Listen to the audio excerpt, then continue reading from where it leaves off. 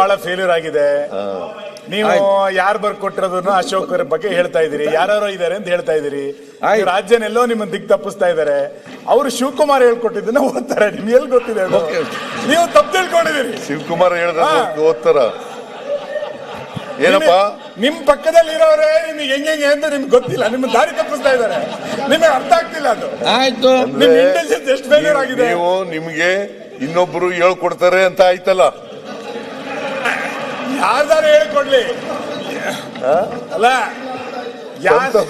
ಸ್ವಂತ ತನ ಇಲ್ಲ ಸರ್. ಸ್ವತಂತ್ರವಾದಂತ ತನ ಇಲ್ಲ ನೋಡಿ, ಇನ್ನೊಬ್ರು ಹೇಳ್ಕೊಟ್ಟದನ್ನ ಹೇಳ್ತೀರಿ. ನಿಮಗೆ ತಪ್ಪಿಸ್ತಾ ಇದಾರೆ ಅಂತ ಗೊತ್ತಾಯ್ತಲ್ಲ ಸುನಿಲ್, ಮುಗಿಸ್ಬೇಕು. ಅಲ್ಲ, ಇದು ಇಂಟೆಲಿಜೆನ್ಸ್ ವಿಷಯ, ಇದು ಆಯ್ತಾ ದೊಡ್ಡ ವಿಷಯ ಗೊತ್ತಾಯ್ತಲ್ಲ ನನಗೆ.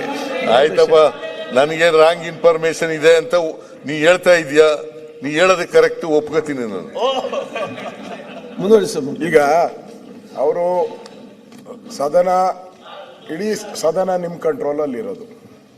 ಓಕೆ, ಯಾರು RSS ಅವರು ಇದ್ದಾರೆ ಎಲ್ಲ ಚೆಕ್ ಮಾಡಿಬಿಡ್ಲಿ, ಇವಾಗ ಸೀಲ್ ಮಾಡಿಬಿಡಿ ಎಲ್ಲ, ಯಾರನ್ನ ತೋರಿಸಿ.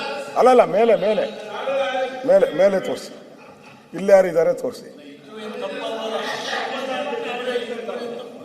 ಒಂದೇ ನಿಮಿಷ, ನಾನು ಫಸ್ಟೇ ಹೇಳ್ಬಿಟ್ಟಿದ್ದೀನಿ, ನಾನೇ RSS ಅಂತ ಅಂದಮೇಲೆ ಪ್ರಶ್ನೆ ಏನೈತೆ? ಬರ್ಕೊಡೋ ಪ್ರಶ್ನೆನೇ ಬರಲ್ಲ ಯಾರು. ನಾನೇ RSS ಅಂತ ಹೇಳಿದ್ಮೇಲೆ